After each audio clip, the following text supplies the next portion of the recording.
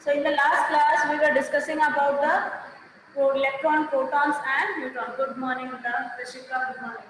Electron, protons, and neutron. Okay. Discovery we have already dealt. Now we will deal with the structure of atom in the further process. Now आपका जो this ions और formula preparation of जो ions जो कि अभी तक आप कौन से चैप्टर में पढ़ रहे थे? एटम्स एंड मॉलिक्यूल्स चैप्टर में पढ़ रहे थे, वो केमिकल फॉर्मूला प्रिपरेशन अब आप इस चैप्टर में पढ़ोगे, स्ट्रक्चर ऑफ एटम में पढ़ोगे। और स्ट्रक्चर ऑफ एटम पढ़ने इस चैप्टर में अगर मैं आपको आयंस वगैरह बता दूं, उससे पहले I will just start with the ions, then I will go further. Okay, so आपको मैं अभी आज आयंस वैलेंसी और chemical formula preparation of some common compounds I will tell you. Okay, again I am telling this portion, this chemical formula preparation portion you will get in NCERT textbook in the atoms and molecules chapter. Since in this year, in this session the syllabus is revised.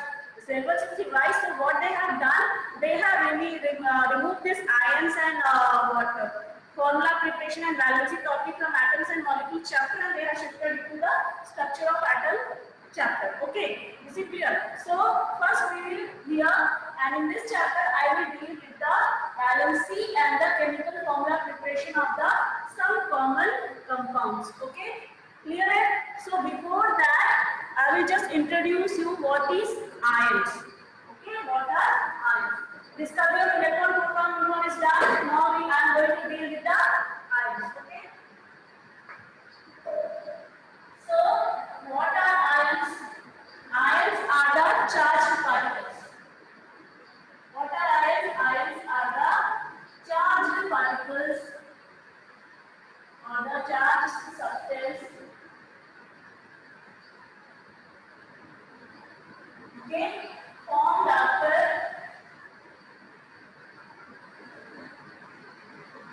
loss or gain of electron. Ions जो है वो क्या होता है? Ions is a charge substance formed after the loss और gain of electron. यानी ion एक ऐसा पार्टिकल है, एक ऐसा सब्सटेंस है जो कि किसी भी एलिमेंट या किसी भी ग्रुप ऑफ एटम में इलेक्ट्रॉन के एक्सचेंज से बनता है। इलेक्ट्रॉन का एक्सचेंज दो तरीके से हो सकता है, या तो दे या फिर ले। तो आयंस वो सब्सटेंस होते हैं, या फिर आप इसको एलिमेंट भी बोल सकते हैं, सिंगल एटम भी हो सकता है आयन, और ग्रुप ऑफ एटम भी हो सकता है। This ion can be a single atom, it can be a group of atom. ठीक है, क्लियर है?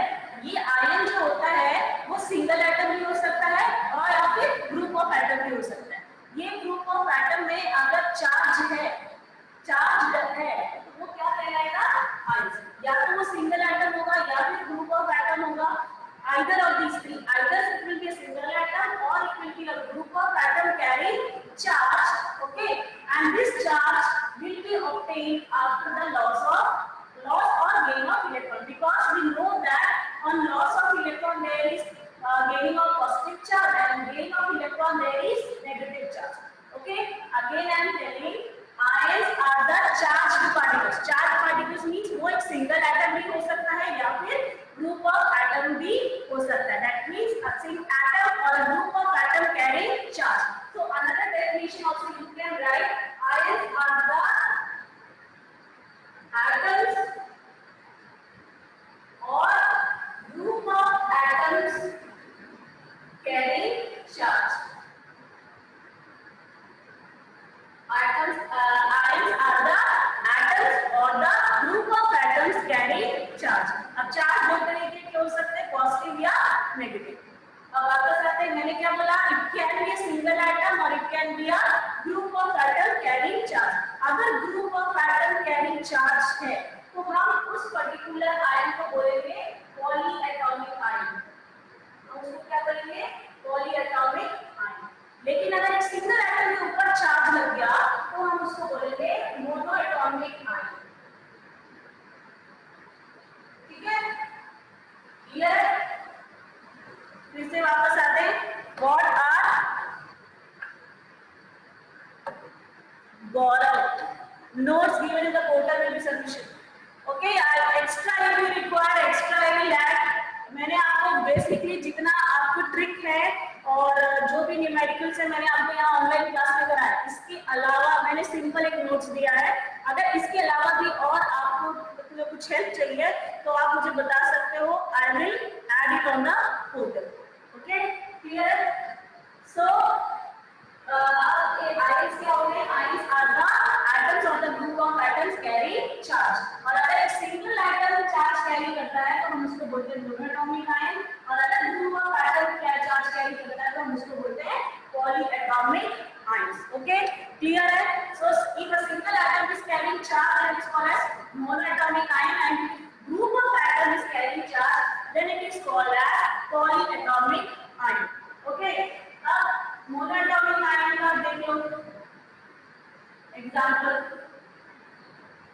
इसमें बहुत सारे आ सकते हैं, आपका Al3+ हो गया है ना, Cl- हो गया, जिंदा है, और आपका O2- हो गया। So this are the single atom carrying charge.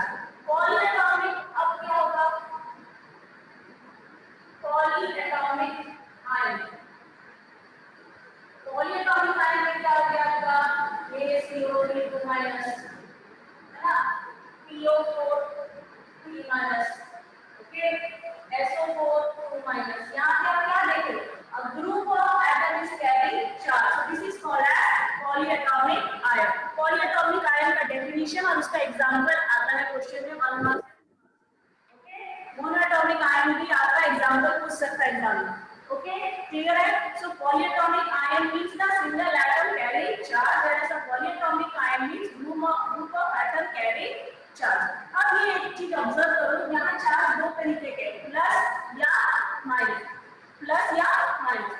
If they are carrying a positive charge, if the ion is carrying positive charge, then it is called as cation, and if the ion is carrying negative charge, it is called as anion। Okay, if the ion is carrying positive charge, if the ion is carrying positive charge, it is called as cation, and if the ion is carrying negative charge, then it is called as anion। Okay, so if the ion is carrying positive charge, it is called as cation, and if the ion is carrying negative charge, it is called as anion। cation का example ले लो, यहाँ पे क्या है? Al3+, इसके अलावा और भी आ सकते हैं आप Na+।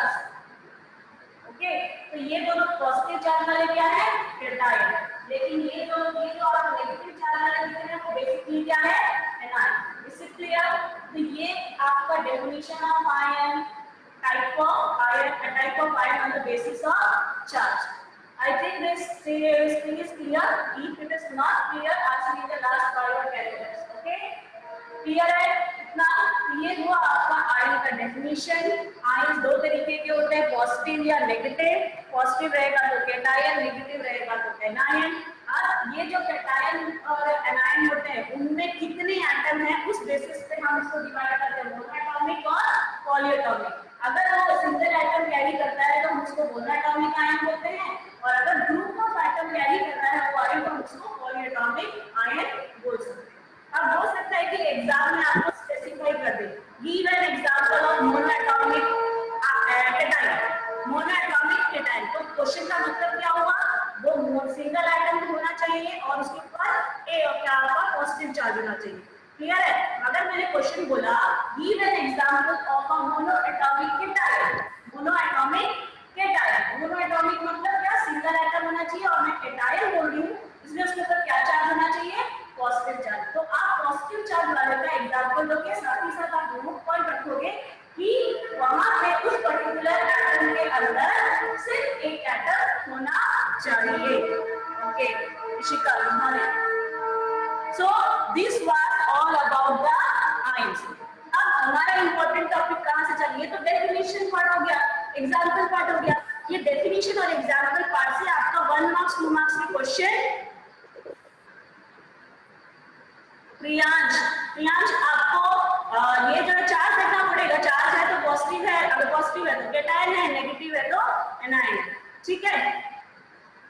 अब मैं आपको सिंपल एलिमेंट्स के एग्जांपल दे रही हूँ, क्योंकि अगर कॉम्प्लेक्स का जाऊँ तो मुझे 11th क्लास के लेवल पे जाना पड़ेगा, जो भी मैं जाऊंगी, okay, and it will be very difficult for you to understand.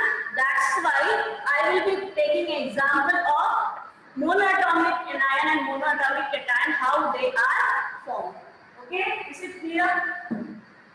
I'm not going to the polyatomic again. I'm telling polyatomic ion जो रहते हैं उसका अगर आपको अंडरस्टैंड करना है कि वो कैसे पॉजिटिव या नेगेटिव चार्ज आता है, तो मुझे आपको कोऑर्डिनेट बॉन्ड वगैरह सब बताना पड़ेगा, और कोऑर्डिनेट बॉन्ड आपके क्लास लेवल में अभी है नहीं, तो वो आप 11th क्लास में पढ़ोगे, ओके। तो आपको अगर मैं बोलती भी हूँ तो थोड़ा सा it will be going bouncer, so I will just explain simple way कि आयंस कैसे बनते हैं, ओके। अब आपको पता है कि मेटल और नॉन मेटल, दो तरीके के element, metal, non metal and metalloid, ये दो तरीके, तीन तरीके के एलिमेंट आपने पढ़ा। तो मेटल का नेचर क्या होता है? Metal loose electron, metal loose electron for stability, metal loose electron for stability, ठीक है। जैसे कि अगर मैं एल्यूमिनियम की बात करूं, एल्यूमिनियम का एटॉमिक नंबर कितना होता है? 13। एल्यूमिनियम का एटॉमिक नंबर कितना होता है? 13, ठीक है। अगर मैं इसका इलेक्ट्रॉनिक कॉन्फ़िगरेशन बताऊं, 8th क्लास में आपको सिखाया गया है कि कैसे करना है। पहले आपको कितने शेल होते हैं? K L M, तो पहले शेल में आप 2 रखोगे, सेकंड शेल में 8, तो कितने हो गए? 2 + 8 10, कितना बचा? 13 में से 10 यूज हो गया, तो बचा कितना? 3। अब इसकी आउटर मोस्ट शेल में देखो कितना है? 3 इलेक्ट्रॉन है। तो अगर इसको ऑक्टेट कंप्लीट करना है, नोबल गैस के जैसे बनना है, ऑक्टेट मतलब रूल बोलता है कि आउटर मोस्ट शेल में 8 इलेक्ट्रॉन होना चाहिए स्टेबिलिटी के लिए। किसी भी एलिमेंट को अगर नेचर में स्टेबल होना है तो उसके पास 8 इलेक्ट्रॉन होना चाहिए स्टेबिलिटी के लिए। तो ये क्या, अगर इसको 5 इलेक्ट्रॉन गेट करना है तो बहुत डिफिकल्ट पड़ेगा, तो वो क्या सोचेगा कि मैं 3 इलेक्ट्रॉन लूज कर देगा, तो ऑटोमेटिकली ये हो जाएगा। इसलिए क्या होगा, ये 3 इलेक्ट्रॉन लूज करेगा। सिंस 3 इलेक्ट्रॉन लूज कर रहा है, इसका चार्ज क्या हो जाएगा?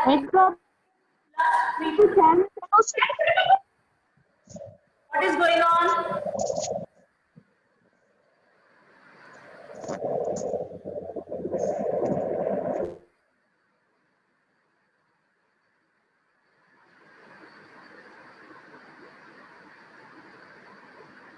गौरव, दिस पर्टिकुलर एटम्स ये जो है ना आपका सिंबल ऑफ एटम, ये भी शिफ्ट हो गया है। पिछले साल तक जब आपका रिडक्शन नहीं हुआ था चैप्टर का, तो आप लोग का ये सिंबल हो गया और ये आयन हो गया, ये आप एटम्स एंड मॉलिक्यूल्स में पढ़ते थे। अब ये जो टॉपिक है ये आप स्ट्रक्चर ऑफ एटम में पढ़ोगे। ये जो रिवाइज्ड सिलेबस आया है ना, उसमें आपका ये पर्टिकुलर टॉपिक जो आयंस वाला टॉपिक है वो आपको इसमें पढ़ना है, और वो भी आपको सिंपल वैलेंसी का मीनिंग बोलना है और फॉर्मूला बनाना बोला है। अब फॉर्मूला बनाने के लिए पहले आपको आयंस की जानकारी होनी चाहिए, इसलिए पहले मैं आपको आयंस के बारे में बताई, फिर आपको फॉर्मूला, क्योंकि अगर मैं आयंस नहीं बताऊंगी तो फॉर्मूला कैसे बनाऊंगी, isn't that? इसलिए पहले मैं आयंस बता रही हूँ, फिर आपको फॉर्मूला प्रिपरेशन बता रही हूँ, ओके। नॉन मेटल है, और नॉन मेटल क्या करते हैं? गेन ऑफ इलेक्ट्रॉन करते हैं, ठीक है। अब अगर सपोज मैंने क्लोरीन लिया, क्लोरीन का एटॉमिक नंबर कितना होता है? 17, तो फिर से पहले शेल में कितना रखना है?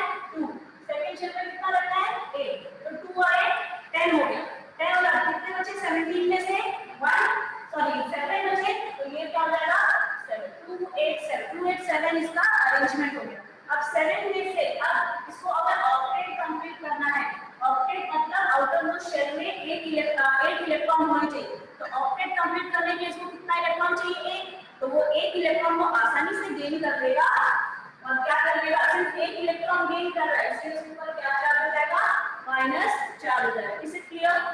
Understood? So this way what ions are formed, okay. आपको अभी कोई प्रॉब्लम हो रही तो जल्दी बताओ मुझे इसमें से।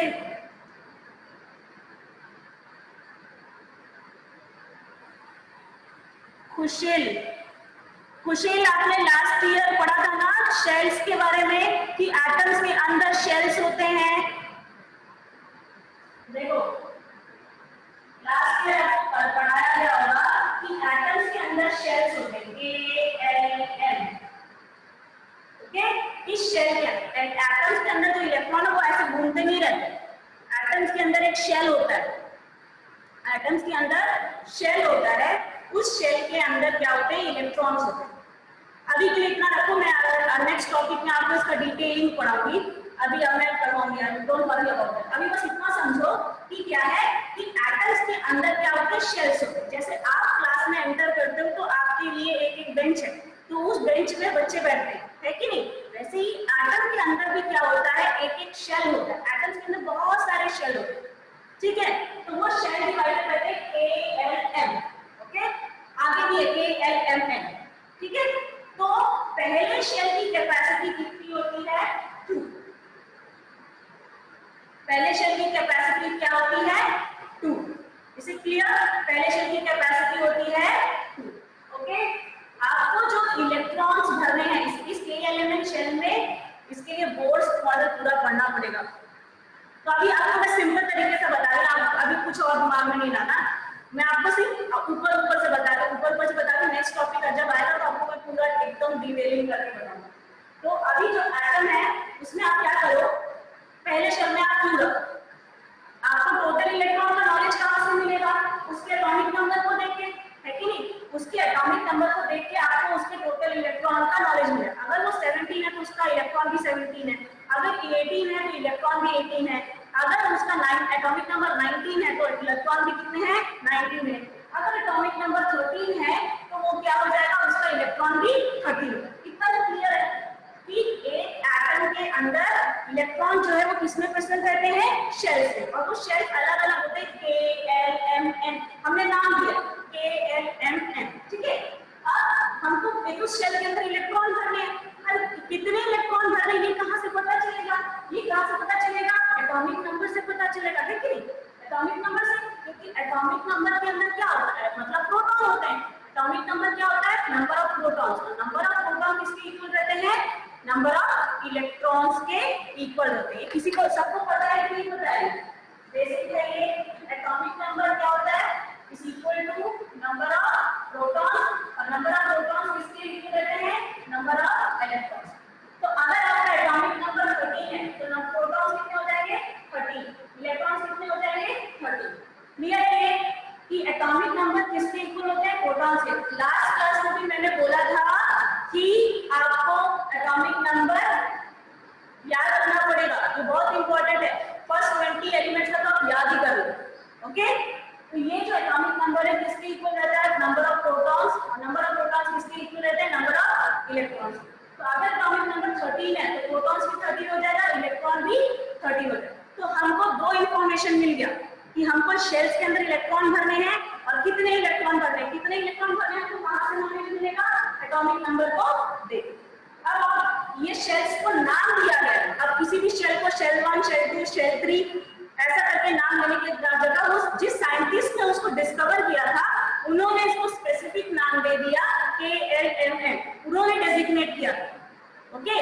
उन्होंने अपनी मर्जी, जैसे अगर आपका नाम, if your name is Rohan, so you can't ask your parents why only Rohan, why you are not Sohan, like that, isn't that? तो वो जो आपका जो साइंटिस्ट जो बोर ने जिन्होंने डिस्कवर किया था उन्होंने इसको डेजिग्नेट किया था KLMN करके, ओके? उन्होंने डेजिग्नेट किया, इसका कोई ऐसा कोई पर्टिकुलर नहीं है कि K है, L है, ऐसा कुछ, ओके? तो क्लियर, उन्होंने ऐसे डेजिग्नेट कर दिया KLMN। अब ये शेल में हमको कितने इलेक्ट्रॉन भरते हैं, ये शेल के आपको मैं ट्रिक बता रही हूँ, ये करेक्ट है, ये एकदम थ्योरेटिकल तरीका नहीं है, ट्रिक बता रही हूँ आपको। कोई भी अगर एटॉमिक नंबर मिलेगा, ये 1 से लेके 20 तक, अगर कोई भी एलिमेंट मिलेगा 1 से लेके 20 तक, ठीक है? तो आप क्या करोगे, आपको मैं बोल बता रही हूँ, this is way of solving, it is not ये करेक्ट, आपको मैं जस्ट ट्रिक बता रही हूँ क्या करना है, ओके? तो आपके पास सपोज 13 इलेक्ट्रॉन है, तो आप क्या करो, पहले शेल में आप मैक्सिमम 2 रखो, सेकंड शेल में भी आप कितना रख सकते हो, मैक्सिमम 8। पहले शेल में आप मैक्सिमम कितना रखोगे, 2, सेकंड शेल में मैक्सिमम 8, थर्ड शेल में आप मैक्सिमम 8 रखो, और अगर उसके बाद भी बचा है तो आप किसमें रखोगे, n। ये क्या है, ये ट्रिक है, ये एग्जैक्ट तरीका नहीं है, ये ट्रिक है हमको क्वेश्चन सॉल्व करने के लिए, अभी सिर्फ छोटे बच्चों के लेवल का बता रहा हूँ, ओके? तो जैसे मुझे 13 इलेक्ट्रॉन भरना था तो ट्रिक के हिसाब से मैं पहले शेल में कितना रखूंगी, 2। अभी 13 में से मैंने 2 इलेक्ट्रॉन भर दिए,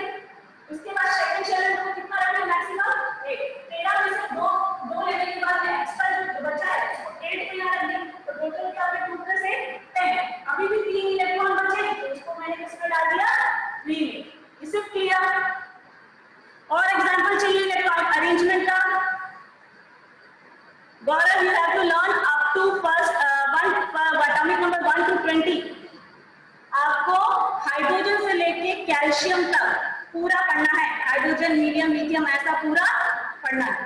तो ये ट्रिक समझ में आया? जिसको नहीं समझ में आया वो फिर से बता दो एक मिनट को। लेट मी सी वन मोर एग्जांपल। देखो ट्रिक है ये, एग्जैक्ट तरीका नहीं है, ट्रिक है। अगेन मैं बोल रही हूँ, और ये ट्रिक कहाँ तक चलता है? 1 to 20 तक चलता है, उसके आगे नहीं चलता है। ओके, और आपको सिर्फ 1 to 20 तक पढ़ना है, इसलिए मैं ये ट्रिक बता रही हूँ। ओके, तो सपोज आपका एलिमेंट है कार्बन, एटॉमिक नंबर कितना है? 6। फिर से डिवाइड कर दो ALMN, ठीक है। अब पहले शब्द मैंने कितना बोला? अब टोटल इलेक्ट्रॉन कितने हुए? 6, क्योंकि एटॉमिक नंबर किसके इक्वल होता है? प्रोटॉन्स के। अब प्रोटॉन किसके इक्वल होता है? इलेक्ट्रॉन्स के। तो एटॉमिक नंबर 6 है, तो प्रोटॉन भी कितना हो जाएगा? 6। इलेक्ट्रॉन कितने हो जाएंगे? 6। तो number of electrons will be here 6। अब 6 में से मैंने आपको क्या बोला कि आप 2 इलेक्ट्रॉन पहले ही भर दो, मैक्सिमम 2 इलेक्ट्रॉन भर सकते। तो 6 में से मैंने 2 इलेक्ट्रॉन यहां भर दिए, बचा कितना? 4। तो 2 और 4 6 हो गए। अब कोई इलेक्ट्रॉन तो बचा ही नहीं है, अब कोई और इलेक्ट्रॉन तो बचा ही नहीं है। तो कॉन्फ़िगरेशन इसका क्या हो जाएगा? अरेंजमेंट 2 4। समझ में आया? हाँ, अगर हाइड्रोजन है, अगर हाइड्रोजन का नंबर 1 है तो इलेक्ट्रॉन कितने हुए? 1। तो आपको और कुछ ही नहीं करना है, आपका पहले शेल में मैक्सिमम 2 होता है ना, लेकिन इसके पास कितने हैं? एक ही इलेक्ट्रॉन। तो एक ही इलेक्ट्रॉन जो है वो फर्स्ट शेल में आ जाएगा। इससे क्लियर? इससे clear? Anybody if having any doubt please raise your hand. Raise your hand बेटा। ये टॉपिक अगर अच्छे से समझोगे तो फॉर्मूला बनाना आ जाएगा, और फॉर्मूला बनाना आ गया तो मोल कांसेप्ट में भी अगर आपको फॉर्मूला नहीं दिया रहेगा तो आप समझ जाओगे। That's why I am giving stress to this topic. Okay, anybody if having any doubt please raise your hand, I will just clear your doubt. Sheetal. Ma'am, can you once more explain?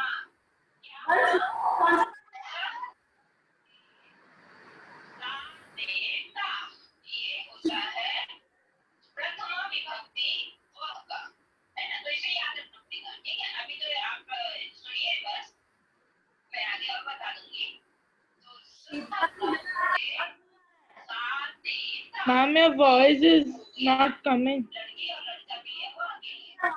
Sound आ रही है? Ma'am एक minute. जो हमारे सामने खड़ा है, चाहे वो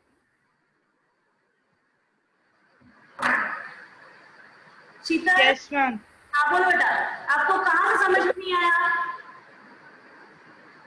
शुरू से समझाना है। Ma'am the second, ma'am second example. Second example मतलब कार्बन का, सी का।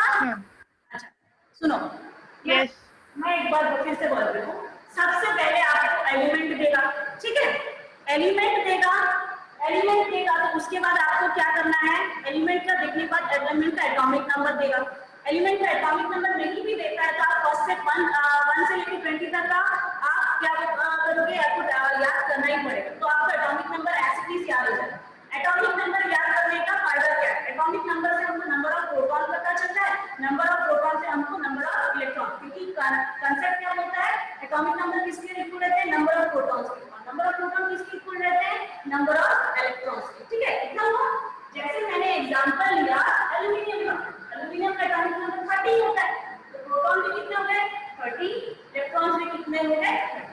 अब ये प्रॉब्लम तो सॉल्व हो गई कि हमको कितने इलेक्ट्रॉन्स बढ़ रहे हैं, एक एटम में इलेक्ट्रॉन्स कैसे हैं और कैसे अरेंज हैं, इतना हो गया। अब दूसरी बात, एटम्स के अंदर जो रहते हैं वो शेल्स होते हैं। जैसे आप क्लास में आते हो तो आपको एक अलग अलग बेंच मिलते हैं, उसमें आप बैठते हैं। ऐसे ही इलेक्ट्रॉन जो है वो एटम के अंदर जाते, तो सारे इलेक्ट्रॉन एक साथ नहीं फैल जाते, हर इलेक्ट्रॉन के लिए अलग अलग इलेक्ट्रॉन्स का एक पर्टिकुलर अरेंजमेंट रहता है कि एक शेल में कितने इलेक्ट्रॉन मैक्सिमम आ सकते हैं। एटम के अंदर क्या होते हैं? शेल। तो जिस साइंटिस्ट ने इन शेल्स को डिस्कवर किया था उन्होंने उसको एसिडिस नाम दे दिया KAML। इसके पीछे कोई स्पेसिफिक ऐसा कोई रीजन नहीं है, उन्होंने एसिडिस ऐसे ही डाल दिया। हाँ चलो ये K है, ये L है, ये M है, ये N है। अब इसको भरने का ट्रिक है, इसको भरने का ट्रिक है, लेकिन ये ट्रिक कहाँ तक चलेगा? 1 से लेकर 20 तक के एलिमेंट तक ही चलेगा, उसके बाद नहीं, क्योंकि इस पर कॉम्प्लेक्स प्रोसेस चालू हो जाता है। ओके, आपको कहाँ तक पढ़ना है? से लेकर 20 तक ही पढ़ना है, तो आप क्या करो 1 से 20 तक यही अप्लाई कर दो। ओके, अब KLMN, तो पहले शेल में आपको क्या करना, आपको इलेक्ट्रॉन का नॉलेज मिल गया। अब आप क्या करो, पहले शेल में आप मैक्सिमम 2 रखो। आप पहले शेल में कितना भर सकते हो, मैक्सिमम 2। सेकंड शेल में आप कितना मैक्सिमम भर सकते हो, मैक्सिमम 8। थर्ड शेल में कितना मैक्सिमम भरोगे, 8। उसके बाद ही अगर कुछ बच जाता है तो आप इसमें डाल दो N। ठीक है, अब मैंने आपको क्या दिया था, कार्बन दिया था। कार्बन में एटॉमिक नंबर 6 है, तो नंबर ऑफ इलेक्ट्रॉन कितने हो गए, 6 है कि नहीं। अब आपको इलेक्ट्रॉन भरने किसने भरने, शेल से भरने, KLM में, तो टोटल इलेक्ट्रॉन कितने हैं, 6 है। टोटल इलेक्ट्रॉन 6 है, तो पहले शेल में मैंने आपको कितना रखने बोला, 2, तो 6 में से 2 आपने यहाँ डाल दिया, बचे कितने, 4, तो आप 4 को किस में डाल दोगे, L। कितना समझ में आ गया, क्लियर है। ये टॉपिक में क्यों स्ट्रेस दे रही हूँ बताओ, क्योंकि ये चीज आपको आयंस के लिए भी हेल्पफुल है और इस चैप्टर में आपको वैलेंसी टॉपिक भी है।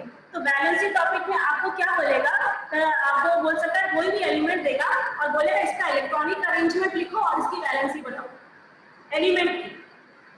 आयंस को मैंने बता दिया, आयंस के एग्जांपल्स और बताऊंगी, लेकिन एलिमेंट का ये जो वैलेंसी टॉपिक है, ये वैलेंसी टॉपिक में आप अभी वैलेंसी बताऊंगी वैलेंसी क्या होता है। वो वैलेंसी पढ़ने के लिए आपको क्या बोलेगा, कोई भी एलिमेंट दे देगा, वो एलिमेंट का आपको क्या बोलेगा, इलेक्ट्रॉनिक अरेंजमेंट। जैसे मैंने यहाँ पे 2 4 इलेक्ट्रॉन डाला है, यहाँ पे 2 1 इलेक्ट्रॉन डाला है, यहाँ पे 2 इलेक्ट्रॉन डाला है, ये कैसे डाला, ये डालने के लिए ट्रिक जो है ये डालना पड़ेगा। ठीक है, अभी क्लियर है शीतल। और एक एग्जांपल चाहिए शीतल, anybody else, anyone, any other example? चलो मैं आपको एक और एग्जांपल दे देती हूँ, कोई बात नहीं, जिसको आया नहीं आया एक और कैल्शियम, इसका एटॉमिक नंबर कितना है, 20। नंबर ऑफ इलेक्ट्रॉन कितने हो गए, 20। अब फिर से KLMN शेल है, मुझे फर्स्ट शेल में कितने भरना है, 2। सेकंड शेल में कितना भरना है, मैक्सिमम 8। थर्ड शेल में कितना भरना है, मैक्सिमम 8। इसके बाद अगर कुछ बचेगा तो मैं कहां डालूंगी, N में। ठीक है, तो मैंने कैल्शियम का लिया।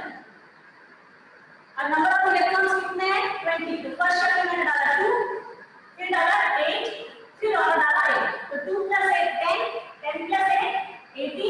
अभी 20 में से मैंने 18 इलेक्ट्रॉन भर दिया, बचा कितना, 2। क्लियर है, तो ये अरेंजमेंट ऑफ इलेक्ट्रॉन हुआ। अब अरेंजमेंट ऑफ इलेक्ट्रॉन के बाद ये क्यों बता रहा है, क्योंकि इससे हमको पता चलेगा एलिमेंट की वैलेंसी, किसी भी एलिमेंट का वैलेंसी, एलिमेंट की वैलेंसी का नॉलेज मिलेगा। हाँ, वैलेंसी होती क्या चीज है भाई, वैलेंसी होती क्या है, वैलेंसी का मतलब होता है combining capacity of an, combining capacity of an element और आयन। किसी भी एलिमेंट का कंबाइनिंग कैपेसिटी जो है वो हमको किससे पता चलता है, उसकी वैलेंसी से, मतलब वो कितना इलेक्ट्रॉन दे सकता है, कितना इलेक्ट्रॉन नहीं दे सकता। अब कैल्शियम को देखो, कैल्शियम जो है, कैल्शियम कितने इलेक्ट्रॉन, कितना, अब ये जो है कितने इलेक्ट्रॉन देखो, यहाँ पे कितना है इसके लास्ट शेल में, लास्ट है, N जो है वो लास्ट शेल है। लास्ट शेल को हम आउटर मोस्ट को भी बोलते हैं, आउटर मोस्ट शेल भी बोलते हैं, और आउटर मोस्ट शेल के अलावा हम इसको बैलेंस शेल भी, हिंट मिला, बैलेंस शेल डिटरमाइन करेगा कि वैलेंसी कितनी है। ये जो शेल है ये डिटरमाइन करेगा कि वैलेंसी कितनी है। ठीक है, कि डिटरमाइन करेगा कि वैलेंसी कितनी है। अब वैलेंसी कैसे डिटरमाइन करेंगे, ma'am in upper means what, in upper what you are asking Gaurav, upper means, ma'am in upper what we will do, carbon में टोटल कितने इलेक्ट्रॉन है बेटा, 6 है ना, तो मैक्सिमम कितना आएगा, पहले शेल में 2, सेकंड शेल में 4, तो M और N में नहीं जाएगा, M और N में इसका इलेक्ट्रॉन नहीं जाएगा, वो एसिड रहेगा, खाली पड़ा रहेगा, उसमें कोई इलेक्ट्रॉन नहीं जाएगा, नहीं है तो इलेक्ट्रॉन हो जाएगा, नहीं जाएगा। ओके, क्लियर है। अब वापस आते हैं, वैलेंस शेल जो है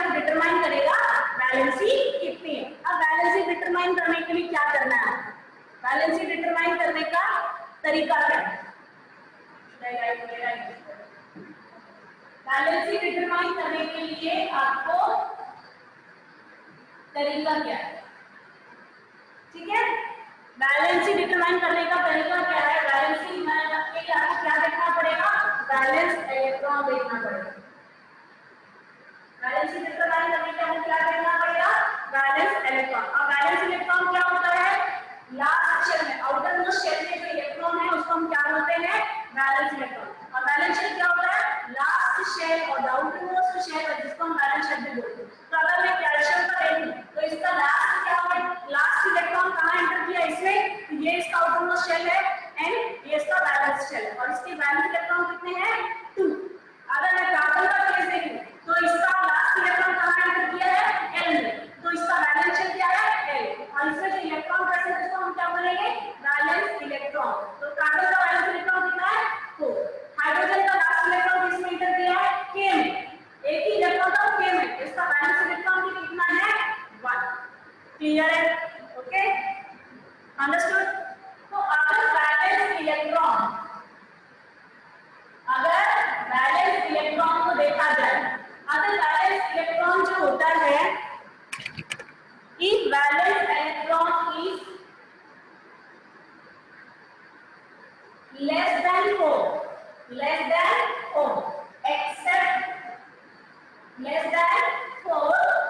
except except in hydrogen, helium and lithium। अगर वैलेंस इलेक्ट्रॉन जो होता है वो लेस देन 4 है except hydrogen, helium and lithium, तो वैलेंसी किसके इक्वल हो जाएगी? Valency will be equal to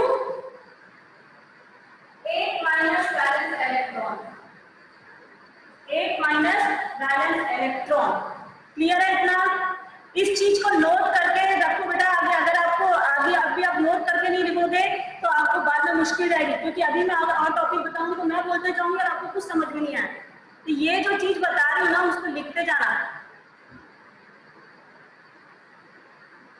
पता कैसे चलेगा कि मैं इतना wait 5 minutes are left. I will proceed this topic in the next class. Tell me your doubts first. ये वैलेंसी कैसे डिटरमाइन करना मैं नेक्स्ट क्लास में बताऊंगी। अभी आई विल स्टॉप हियर, ये अभी मैं यहाँ पे स्टॉप कर दूँ। आप मेरे को डाउट्स बताओ। अभी ये अरेंजमेंट है और वैलेंसी का डेफिनेशन है, उसके लिए उतने तक कितना किसको किसको डाउट है वो मुझे बताओ, जल्दी जल्दी बताओ क्योंकि टाइम ओवर हो जाएगा तब तक।